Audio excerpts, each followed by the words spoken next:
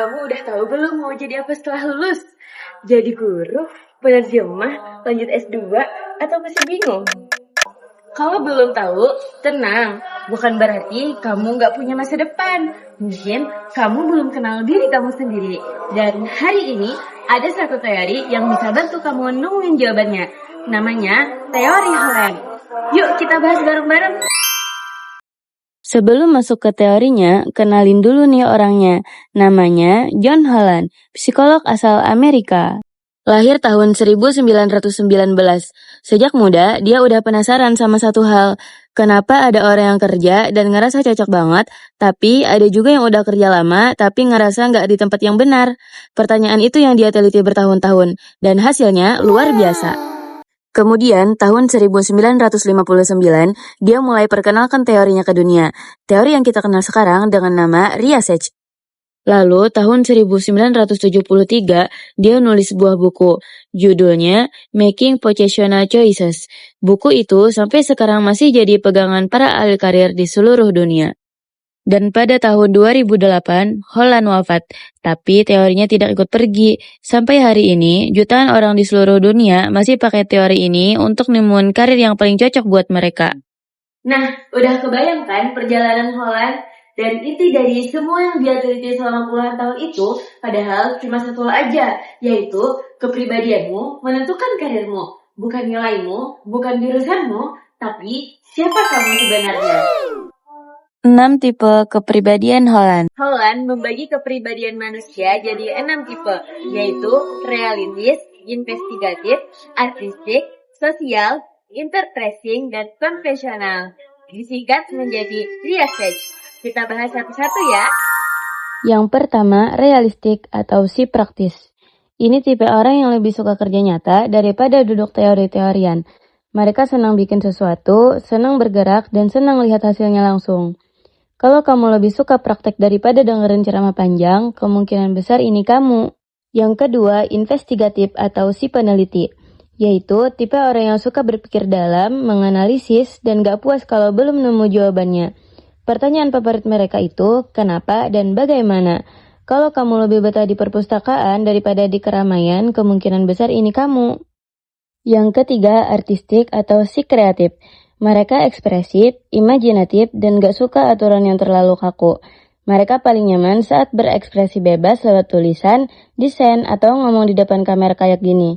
Kalau kamu suka bikin sesuatu yang unik dan berbeda, ini tipe kamu. Yang keempat, sosial atau si penggerak. Mereka suka berinteraksi, suka membantu, dan energinya justru naik ketika ketemu banyak orang. Mereka yang paling betah jadi guru, konselor, atau trainer. Kalau kamu ngerasa capek kalau sendirian terlalu lama, kemungkinan besar kamu tipe sosial. Yang kelima, interpreting atau si pemimpin. Mereka ambius, suka memimpin, dan punya kemampuan meyakinkan orang lain. Mereka yang paling sering jadi ketua organisasi atau pencetus ide besar. Kalau kamu suka ambil kendali dan gak nyaman jadi penonton, ini tipe kamu. Yang keenam, konvensional atau si teratur. Mereka suka keteraturan, detail, dan prosedur yang jelas. Meja mereka selalu rapi, dan jadwal mereka selalu padat. Kalau kamu gak nyaman sama hal yang berantakan dan gak pasti, ini tandanya kamu tipe konvensional. Dari 6 tipe tadi, kira-kira kamu merasa paling mirip yang mana? Tapi tunggu dulu, kita belum selesai ya. Sekarang kita hubungkan ke dunia kita, yaitu dunia pendidikan bahasa Arab. Nah, ini yang sering bikin mahasiswa PBA bingung. Kita kuliah bahasa Arab, tapi pilihan karirnya kayaknya cuma satu, yaitu jadi guru. Padahal nggak gitu sama sekali. Coba kita lihat bareng. Kalau kamu tipe sosial, kamu cocok jadi guru bahasa Arab atau trainer. Kalau kamu tipe artistik, kamu cocok jadi penerjemah atau konten kreator edukasi Arab. Kalau kamu tipe investigatif, kamu cocok jadi peneliti linguistik atau dosen. Kalau kamu tipe interpreting, kamu cocok jadi kepala sekolah atau buka lembaga kursus Arab sendiri. Kalau kamu tipe konvensional, kamu cocok di bidang administrasi pendidikan. Dan kalau kamu tipe realistis, kamu cocok jadi pengembang media ajar bahasa Arab. Jadi, pilihan karir kita itu luas banget. Yang perlu kamu temuin bukan karir apa yang ada, tapi karir mana yang paling sesuai sama siapa kamu. Biar lebih kebayang, kita ambil contoh nyata. Ada mahasiswi PBA semester 6, Sebut aja namanya Jainab. Dia itu selalu aktif di kelas. Kalau ada diskusi, dia yang paling banyak ngomong.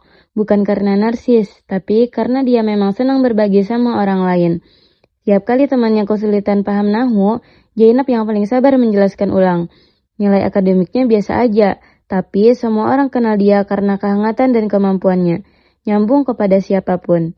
Nah, kalau kita pakai teori Holland, Jainab jelas banget pakai tipe sosial. Holland kodenya SAI, yaitu sosial, artistik, sama investigatif. Artinya, Jainab paling cocok jadi guru atau trainer bahasa Arab, bukan karena nilai Arabnya paling tinggi, tapi karena cara dia berinteraksi sama orang itulah kekuatan karir terbesarnya. Dan itu yang Holland mau kita sadari. Kekuatan terbesar kamu bukan di nilai rapor, tapi di siapa kamu sebenarnya. Nah, sekarang giliran kamu. Dari 6 tipe Holland tadi, kira-kira kamu paling ngerasa ini gue banget yang mana? Tulis di kolom komentar ya. Dan kalau video ini bermanfaat buat kamu, jangan lupa like dan share ke teman-teman kamu yang masih galau soal karir. Siapa tahu video ini juga bisa bantu mereka. Sampai jumpa di video berikutnya.